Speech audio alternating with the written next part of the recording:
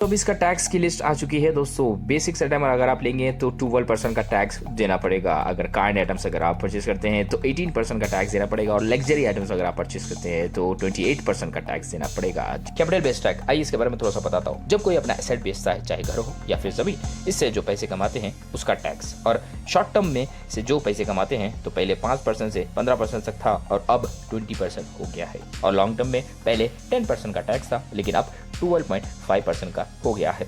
आप लोग सोच रहे होंगे ये तो लॉन्ग टर्म का टैक्स था, पहले 20 था और अब 12.5%, यानी पब्लिक का फायदा। लेकिन ऐसा नहीं है। अगर आप 2001 से पहले प्रॉपर्टी परचेज की है तो फायदा होगा, लेकिन 2001 के बाद परचेज करें तो हो सकता है नुकसान। वो कैसे?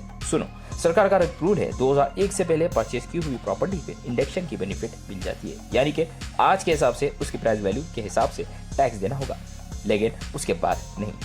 तो कुछ समझे मेरे दोस्तों? अब लोग क्या करेंगे, पैसे बचाने के चक्कर में, टैक्स बचाने के चक्कर में करेंगे कैश में डील, जिससे होगा ब्लैक मनी का सर्कुलेशन और भी बहुत ज्यादा।